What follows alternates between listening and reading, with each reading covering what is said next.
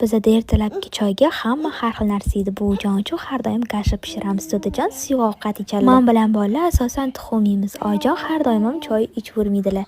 Shunaqa qilib choylarimizni har xil qilib ichib oldik. Bugun ammajonikiga mehmonga bormoqchi edik. Shuning uchun мясной pirogga nachinkasini tayyorlab qo'ydim. Oyijon bo'lsa xamirlarni qilib pechga qo'yib yubordilar. Juda ham chiroyli bo'lib мясной pirogimiz pishib chiqdi. Ungacha ko'cha hovlilarni supurib, qarab oldim va uyga kirib, mehmonga ketishga tayyorlandim. Birinchi bo'lib bo'yanib, shunaqa luk kiyib oldim.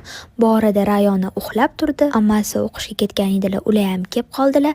Orada Adijon Rayona uchun shunaqa syurpriz olib kelib qoldilar. Turib xursand bo'ldi, kiyindik va mehmonga yo'l oldik. Mehmonda bizani ammajon bilan Iroda, ya'ni o'zinim juda ham chiroyli stolda qilib kutib olishdi. Diydorlashib, shirin taomlar yeb, gaplashib, shunaqa turkcha qahvalar bilan, shirinliklar bilan choy ichdik. Kunimiz juda ham chiroyli o'tdi. Keyin uyimizga ham kelib oldik. Bugun